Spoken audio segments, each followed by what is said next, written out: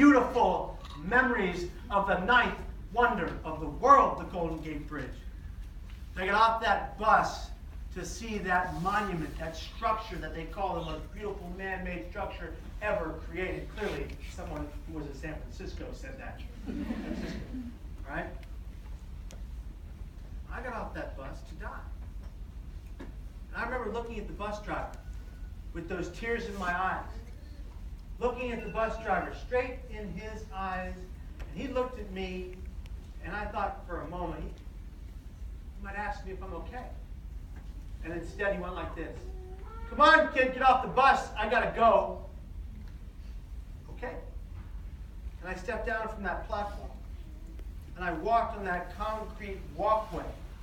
And I paced back and forth across that walkway that's 2 miles, the Golden Gate Bridge, for 40 minutes, crying like a child. And bikers, joggers, tourists, runners, and police officers searching for suicidal people went by me twice. Now, they hadn't been trained in suicide prevention efforts yet. They are today. According to them, they save 100 to 120 lives from dying off that bridge a year today. Yet 1 person dies off the Golden Gate Bridge every 7 to 10 days still. 7 to 10 days. 1 family loses someone they love unconditionally. I'm happy to tell you that because of a fight that my father co-founded with the Bridge Rail Foundation to stop the suicides at the Golden Gate Bridge, the groundbreaking to raise the suicide prevention net at the Golden Gate Bridge begins April 13th and will be finished, sadly lately finished, on January 12th, 2021. And as of January 12th, 2021, not 1 more person, human being, will die by suicide off of that piece of iron.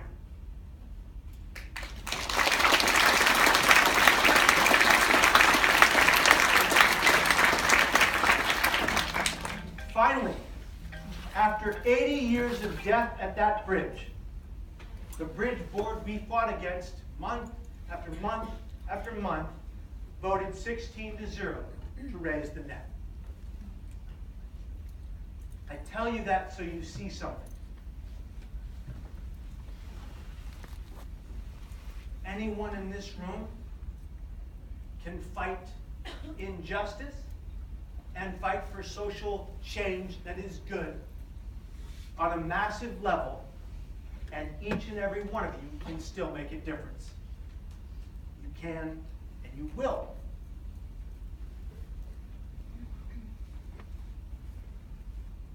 I found a particular light rail. I stood there.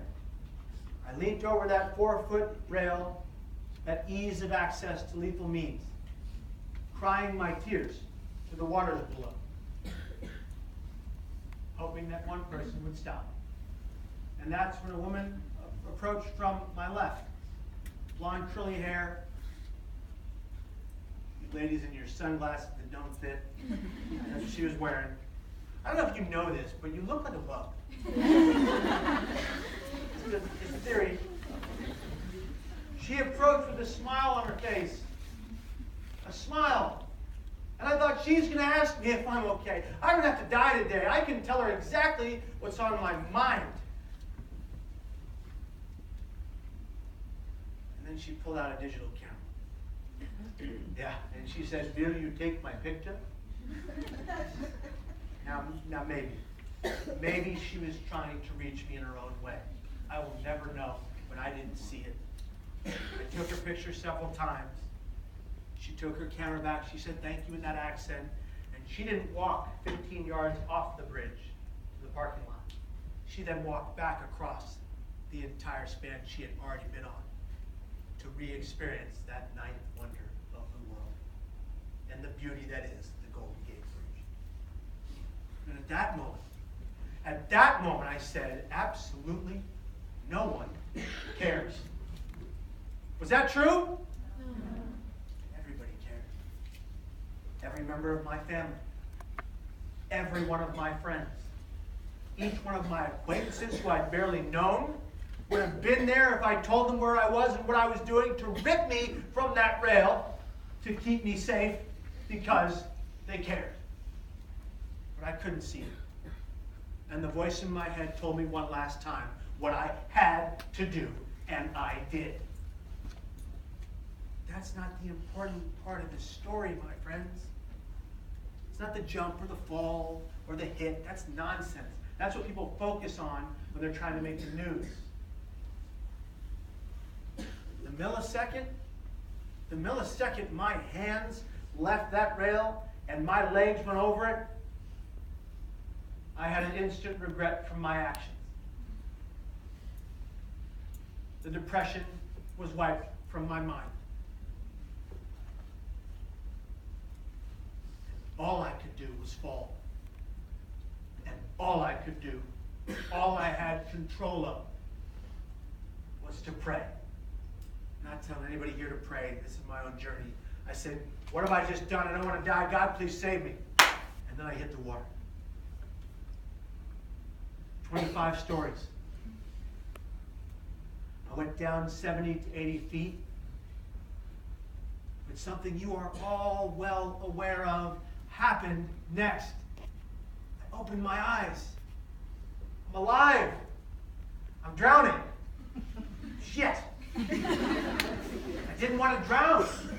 I didn't think for one moment that by jumping off a giant bridge into a massive body of water, I might drown. Irrational thought and suicidality. I frantically moved in any direction. My legs were immobile. Couldn't feel them. I was going down. I realized that mistake. I shot to the surface as fast as my arms would take me.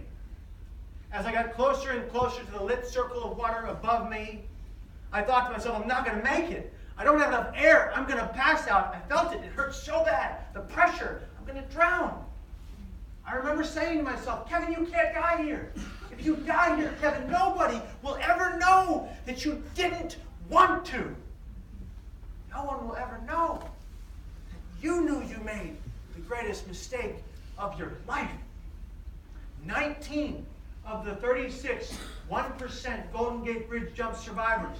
Many have died of natural causes. It's been 80 years since the bridge opened. 19 of the remaining alive, the majority, have come forward to say they all had the same instant regret from their actions.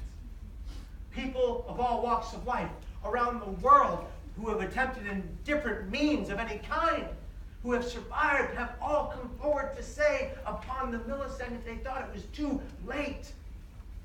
They had a similar instant regret from their actions. Your thoughts, my friends, your thoughts of suicide never have to become your actions. Let me be an example of that. I live with chronic suicidal thoughts, but they will never kill me. Why? Not because I'm strong, not because I'm tougher-minded than any of you, because I built a support network of people who've got my back. I built a support network of people who, when I go to them and say I'm suicidal, they don't just throw me in a hospital. They say, let's talk about it. Let's ask you why. And what's your thought process? And why? And what brings you to this point in your life? And how can we help you? I don't fight this alone. 7 psych wards after my attempt in the next 11 years. In 2011, I had the worst suicidal depression I'd ever had in my life. I spent 60 days, 60 days in a psych ward with them not knowing what to do. I was following my treatment plan. I was working hard on my regimen of talk therapy, educating myself as to bipolar disorder, eating healthily, exercising, using coping strategies, doing all kinds of things to stabilize. And I was still hurting. And then they looked at me, the doctors, and they said, Kevin, how would you like to try electroconvulsive therapy? And I looked at these fools and I said, how would you like to try electroconvulsive therapy? I don't want to be lobotomized. He said, Kevin, that's not how it works anymore. He said it helps 90% of the patients we treat with. And I'm glad to say, after an unprecedented 26 treatments of electroconvulsive therapy, I have not been back to a psych ward since 2011.